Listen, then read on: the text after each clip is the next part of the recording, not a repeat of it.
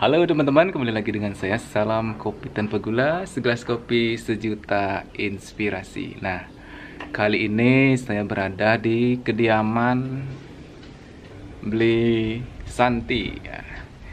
Jadi ini adalah suhu kita yang sebenarnya. Jadi beliau sudah bermain kelapa puluhan tahun ya, bukan sekedar kelapa yang dimiliki. Nanti kita tanya-tanya berapa sih memiliki Bonkla dan kita intip koleksi-koleksinya ya. Nih lihat salah satu di belakangnya bikin ngiler nih bonggolnya.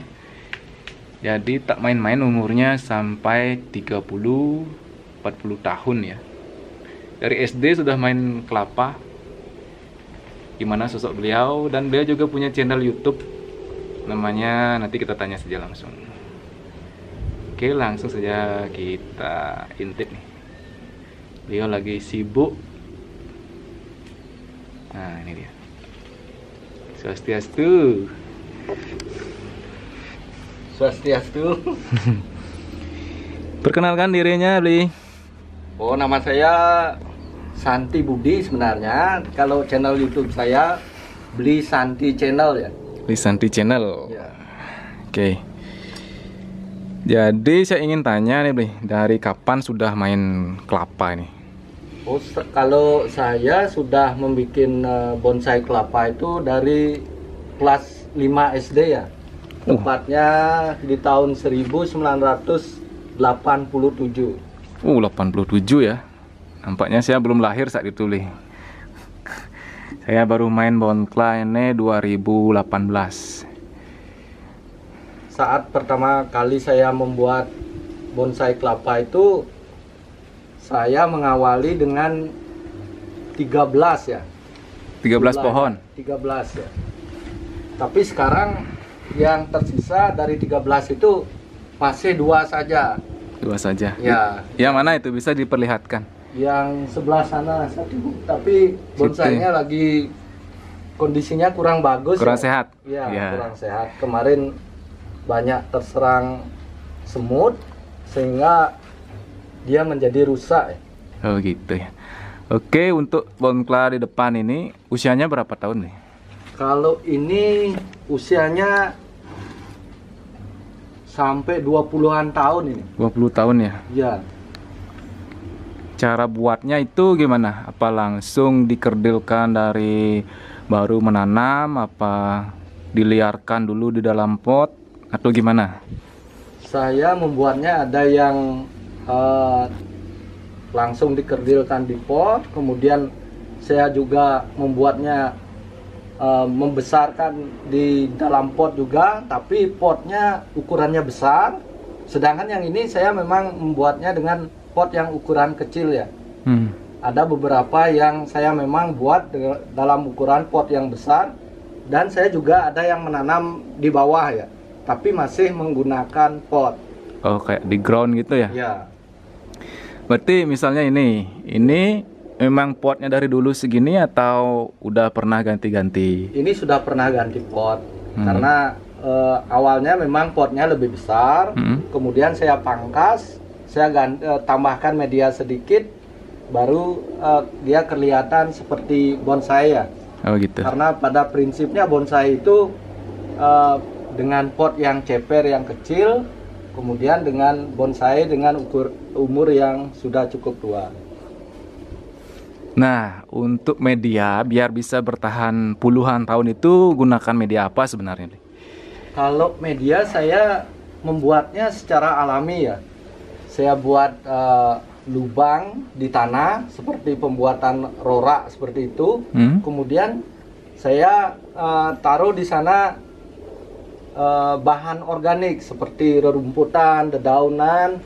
Nah, ketika sudah menjadi hancur secara dekomposisinya sudah bagus, maka saya memanennya. Biasanya bisa dipanen dalam umur 3-4 bulan ya. Itu diayak, kita cari yang bagian yang halusnya saja. Kemudian itulah yang digunakan sebagai media tanam. Dengan menggunakan media tanam yang berproses secara alami seperti itu, tentunya sangat bagus untuk pertumbuhan dan perkembangan bonsai kelapa yang kita rawat. Berarti kalau sederhananya kompos daun ya, kompos organik gitu ya? Ya, kompos berbagai jenis bahan organik yang dilakukan prosesnya secara alami oleh mikroorganisme yang ada di dalam tanah. Apa perlu ditambah tanah atau pasir biasanya, atau itu aja beli? Saya tidak menggunakan media lain, saya cukup menggunakan itu karena kalau dia sudah berproses secara alami seperti itu sudah lengkap nutrisinya. Jadi ada unsur makro dan unsur mikronya yang diproses secara alami tanpa ada tambahan media lain. Wih, ternyata ini pengetahuannya tentang kompos itu luar biasa. Kita coba tanya nih, background beli Sandi ini di mana sebenarnya nih? Siapa pengen tahu? Kalau saya ini kuliahnya di pertanian. Nah, pakar ternyata ini teman-teman. Ya, tapi kerjanya di kehutanan. Masih satu jalur ya? Ya. Jadi memang sangat bagus ya kompos itu beli ya? Bagus sekali ya, karena unsur-unsurnya sangat lengkap ya. Kalau kompos daun bambu itu gimana? Bagus nggak? Pernah coba apa gimana? Kalau kompos itu, kalau bahan dasarnya sudah dari tanaman alami itu pastilah bagus ya. Tapi kalau kita ingin membuat dengan cepat, tentunya dari berbagai jenis bahan, tidak satu jenis bahan tanaman aja hasilnya akan lebih maksimal ya. Jadi kita kumpulkan saja dari sisa-sisa bahan makanan yang kita punya, kemudian kita timbun, olah secara alami, itu akan lebih bagus ya, karena dia unsurnya akan beragam, tidak satu jenis bahan organik saja. Wih, mantap sekali ini penjelasannya. Itu baru tentang media ya. Jadi untuk media kita menggunakan organik, itu pertumbuhannya bisa sampai puluhan tahun. Nah, apakah pernah dipupuk kimia beli? Kalau saya tidak pernah menggunakan pupuk kimia. Tidak pernah ya? Iya. Jadi sejauh ini masih organik semua. Organik semua. Bahkan untuk pestisida menggunakan yang organik juga? Organik, bagaimana? Ya, saya menggunakan pestisida organik, belum pernah menggunakan yang kimia ya. Kimia, oke, mantap ini. Oke. Kalau yang hijau ini berapa tahun ini umurnya? Oh, kalau yang ini baru 6 sampai 7 bulan ya. Ini memang cepat ya, karena saya mendapatkan beberapa bibit kelapa itu saya ambil dari sisa upacara ya. Jadi ternyata ini saya dapatkan yang cukup bagus. Dalam waktu 6 bulan dia sudah mulai pecah daun.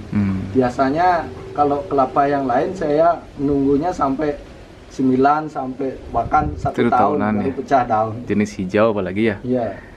Berarti tergantung dari bahan dasar pembuatannya ya? Iya. Biasanya kalau dia bahan dasarnya dari awal kita sudah agak kaku pelepahnya itu akan cepat sekali pecah daun ya. Ada memang yang saya dapatkan yang lemas tapi cukup lama dia pecah daunnya. Ini memang agak kaku, tetapi kesulitannya pas kita mau melenturkan sedikit bisa jadi patah. Patah ya? Ya. Nah ini saya lihat juga proses penyataan ini beli menyayat dengan sampai batang-batangnya disayat. Iya. Apakah ini dari dulu sudah ada teknik seperti ini beli? Oh, dari dulu ya, memang saya kalau teman-teman pingin mengerdilkan sekerdil-kerdilnya ya bisa sampai menyayat sedikit bagian pelepah yang bagian bawahnya dibikin sejajar aja. Nah itu akan menghasilkan daun yang paling kerdil ya, tetapi dia sedikit melukai bahan bonsai yang kita punya. Tapi aman ya? Aman. aman ya. Jadi sejauh ini sudah berapa sih punya koleksi Bonkla? Wah, Bonkla saya cukup banyak ya, saya nggak ngitung. Pokoknya ada yang mati bikin lagi. Itu terus kalau memang ada bahan bonsai, bahan yang saya dapatkan, pasti saya manfaatkan untuk bikin bonsai. Jadi ya 100 lebih lah bonsai. Nah, dari tahun 80-an sudah punya bonsai. Apa sih keunikan bonsai kelapa saat itu sampai saat ini masih bisa mempertahankan? Sedangkan di tahun-tahun terakhir ini beberapa penghobi mengikuti tren saja, sedangkan baru beberapa tahun sudah dibuang. Nah, jadi saya ingin minta tips kepada beli agar bisa langgeng lama untuk memiliki Bonkla itu gimana? Itu kembali kepada diri sendiri ya. Kalau kita memang sudah penghobi bonsai kelapa ya, pastilah kita akan selalu mencintai bonsai kelapa tersebut. Saya suka pada bonsai kelapa walaupun dia sebenarnya susah untuk dibentuk. Dia memang sederhana sekali, yang bisa kita olah hanya melakukan penyayatan, kemudian mengolah batangnya, memprogramnya dari awal, maunya batangnya besar atau kita kerdilkan dari awal, ya hanya seperti itu. Cuman saya pinginnya sebenarnya punya bonsai kelapa sampai berbuah, tapi sampai sekarang belum bisa ya. Ini apakah dia hanya vegetatifnya saja? Kalau memang kelapa itu ditanam di dalam pot hanya pertumbuhan vegetatifnya saja yang berkembang, itu saya masih penasaran. Saya pingin membuat bonsai kelapa sampai berbuah ya. Berarti sampai saat ini belum ada bonsai kelapa beli yang sampai berbuah ya? Belum. Kalau berbunga udah ada? Belum juga? Belum. Oke, berarti belum ada ya, sekian tahun ya? Belum ada. Cukup lama. Ya. Kalau di bawah ditanam mungkin sudah Kalau panen ya? Sudah mungkin sudah ditebang dijadikan bahan bangunan. Sekian tahun, wih, sudah banyak cuannya nih. Oke, apa lagi ya? Jadi walaupun monoton ya, kita sayat-sayat itu sekian tahun ya, monoton, tapi tetap suka dengan penampilannya ya? Suka ya, karena kalau kita telat sayat sedikit aja sudah menjadi penasaran, karena otomatis daunnya besarnya akan berubah ya. Ngulang dari nol ya. Jadi yang diperlukan dalam perawatan bonsai kelapa itu hanya ketekunan sebenarnya. Jadi rutinitas kita melakukan penyayatan dalam waktu yang sama, otomatis kita akan mendapatkan pelepah daun kelapa yang berukuran sama ya. Entah kita mau bikinnya sekerdilnya seperti apa, itu baru bisa kita olah. Oke. Nah, kalau ini yang kecil ini bisa di review sedikit nih. Oh iya. Ya. Ini usia berapa ini? Ini sebenarnya usianya sudah cukup lama ini. Ini usianya. Kenapa bisa kecil gitu batangnya? Batangnya ini ya karena kita dari awal memang menanamnya di pot yang kecil ya. Jadi otomatis nutrisi yang tersedia di dalam pot itu sedikit, sehingga membuat bonsai kelapanya menjadi kerdil. Nah, ini kalau saya perkirakan usianya ini 15 sampai 20 tahun, kisaran antara itu ya. Berarti selama jangka itu dari awal dirawat apa dibiarkan saja? Kalau yang ini saya rawat dari awal. Kalau yang batangnya yang besar baru saya biarkan, saya loskan dulu. Saya ingin memiliki meningkatkan kesuburannya sehingga batangnya menjadi besar.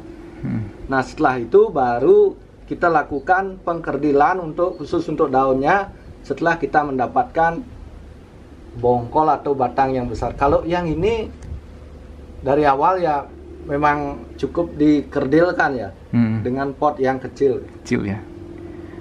Kurang lebih segini potnya kecil ya. Jadi ini rata-rata pakai pot tanah liat ya, Bi ya? Tanah liat. Nah, apa ada keuntungan dari penggunaan pot ini, Bi? Media jadi lembab atau gimana?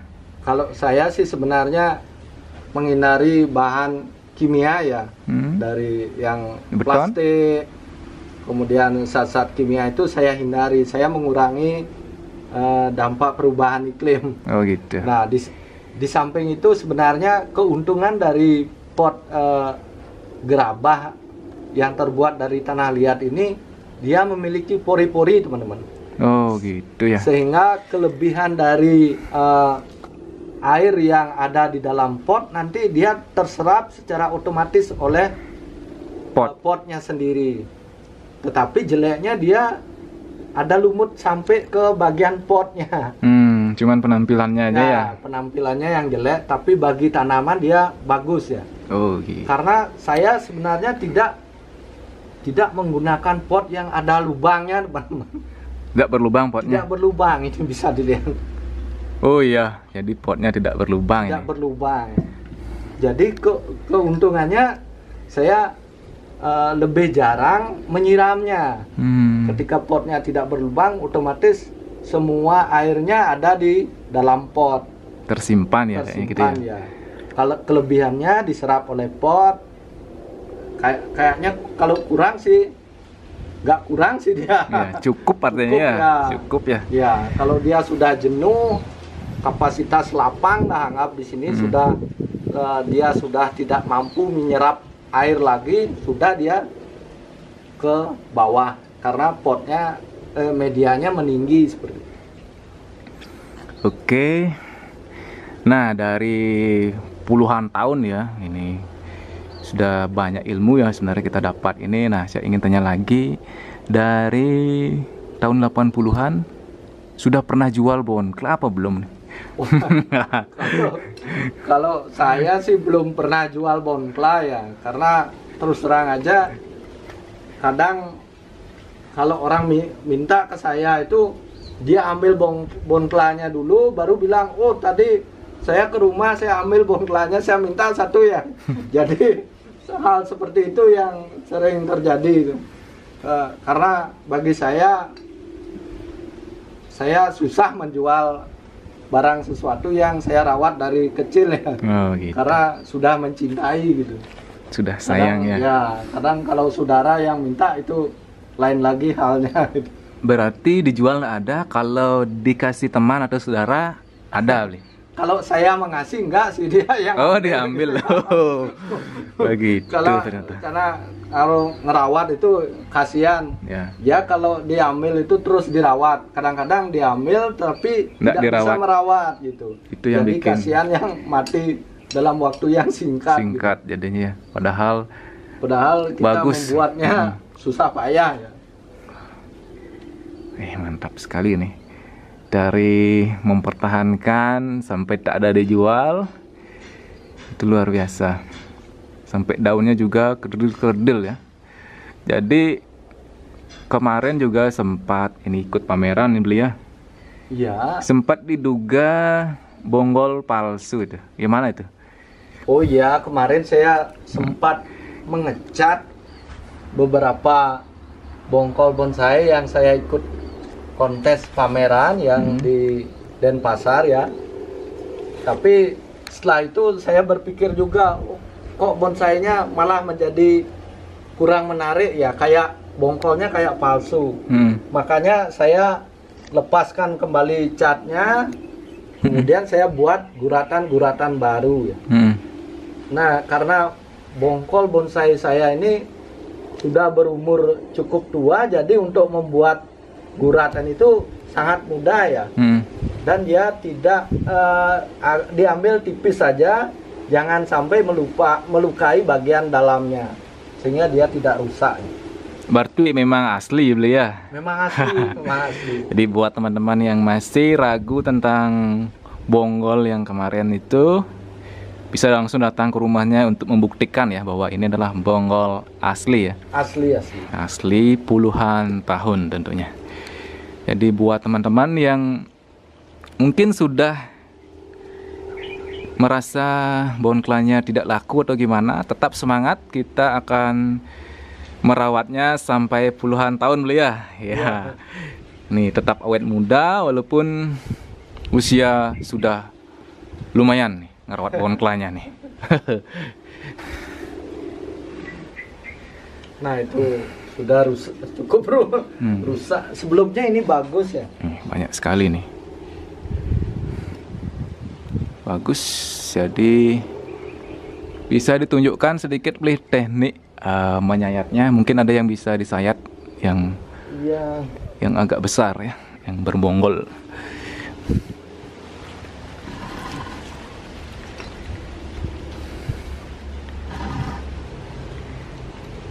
Nah biasanya kan kalau disayat pelepah itu tujuannya agar mekar ya. Tapi beli di sini juga sama, proses penyayatan pelepah itu tujuannya untuk memekarkan apa gimana? Ya sama sih sebenarnya, untuk memekarkan dan membuat daunnya menjadi lebih kerdil ya. Biasanya kalau kita bisa melepaskan tapis sampai bagian pangkalnya, itu otomatis daunnya akan menjadi lebih kerdil dari sebelumnya. Itu yang saya lakukan. Jadi kekurangannya paling cuman dia tampak gini ya, agak ada luka-luka gitu ya. Ada luka sedikit. Oke, mantap. Lebih bisa mekar maksimal ya. Nah, apa tidak mempengaruhi nih? Kan sudah terbuang ini sebagian pelepahnya. Apa tidak mengaruhi dari kesehatan daunnya ini selama sekian tahun itu? Tidak begitu mempengaruhi. Sebenarnya ini yang kita cari itu daun-daun yang di bagian dalamnya ya. Ini hanya untuk memudahkan kita menyayat di bagian dalamnya. Otomatis ini yang rusak ini akan terbuang dan tergantikan dengan yang bagian dalamnya. Itu sebenarnya yang saya cari. Tapi di sini di dalamnya juga sudah rusak ya. Ini sangat disayangkan ya. Oh iya. Ini terkena semut sebagai vektor sehingga menyebabkan dia terserang penyakit jamur ya. Nah dari sekian tahun itu pernah nggak nebas bonsai kelapa beli? Oh saya tidak menebas ekstrim, tidak pernah menebas ekstrim, tidak pernah. Mainnya halus. Halus tapi sebenarnya ini juga sudah menyakitkan ya. Termasuk ekstrim ya? Ya kalau yang akar saya tebas akarnya pernah di YouTube itu hanya untuk membuat dia menjadi bonsai ya. Karena kalau potnya besar, saya menganggap dia belum menjadi bonsai. Ketika kita bisa membuat pot yang di potnya ceper, kemudian dengan bonsainya yang besar, nah itu baru saya bilang itu bonsai ya. Kalau potnya masih besar, belum ya. Belum ya? Belum. Nah, berhubung membicara dengan potong akar, itu tips potong akar tuh gimana beli? Kalau bolehkah dipotong akar atau gimana gitu loh? Kalau sebenarnya tips potong akar itu kita memotong yang di bagian luarnya saja. Jangan terlalu mepet dengan bagian yang dalam. Karena kita ambil yang bagian luarnya saja, itu pun harus dengan pisau yang tajam ya. Jangan sampai pas kita motong itu media yang ada di sekitar akar itu menjadi buyar. Itu sangat berpengaruh pada bonsai kelapa yang kita rawat ya. Karena kalau itu sampai medianya sampai habis semua, itu kemungkinan matinya itu besar ya. Oh, berarti sampingnya aja, bawahnya dipotong juga apa gimana? Samping dan bagian bawahnya kita potongnya melingkar. kayak kita mengambil palem ya, dengan teknik koker. Koker namanya. Ya, koker namanya. Kita ambil melingkar. Kalau kita dongkelan pun, kalau kita pingin hidup dan kita leluasa untuk mendongkel, ambil aja 15 sampai 30 cm itu melingkar, itu otomatis dongkelan kita akan hidup. Tapi kalau kita hanya mengambil sedikit aja, dengan langsung membuat di pot yang ceper, kemudian itu buyar gininya, medianya, itu kemungkinan besar mati ya. Ya. Karena saya ada contohnya di situ. Oke, nanti kita lihat ya. Ya. Berarti selain menanam dari nol, dari tunas, Beli ada pernah mendongkel berarti ya? Ada. Dongkelan yang itu hidup? Ada yang hidup, ada yang mati. Oke, nanti kita tanya mana yang hidup, nanti kita coba lihat. Karena banyak juga yang gagal saat mendongkel itu karena dibersihkan tanahnya itu saat mendongkel.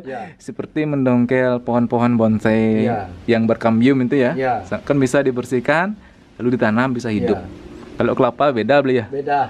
Harus sama tanah-tanahnya. Iya. Kalau waktu pendongkelan ada waktunya pagi, sore atau gimana bagusnya?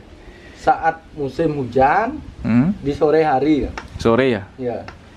Biar tidak terlalu stres berarti ya. Oke. Wih, mantap sekali ini ilmunya. Terima kasih nih Beli sudah mau berbagi ilmu pada saya dan nanti kita akan share. Mudah-mudahan teman-teman bisa terinspirasi dari koleksi-koleksi beliau ini. Saya saja sampai, wih luar biasa nih, sampai terpesona di sini nih melihat koleksi beliau nih. Ini baru sebagian ya. Nanti kita lihat di sebelah masih ada banyak. Saya lihat juga yang dalam satu pot ada 2 pohon, 3 pohon itu. Apakah itu asli kemar apa buatan, nanti kita coba review di sana ya. Oke, nanti kita lanjutkan lagi. Untuk kali ini sekian saja. Oke, terima kasih. Selamat sore.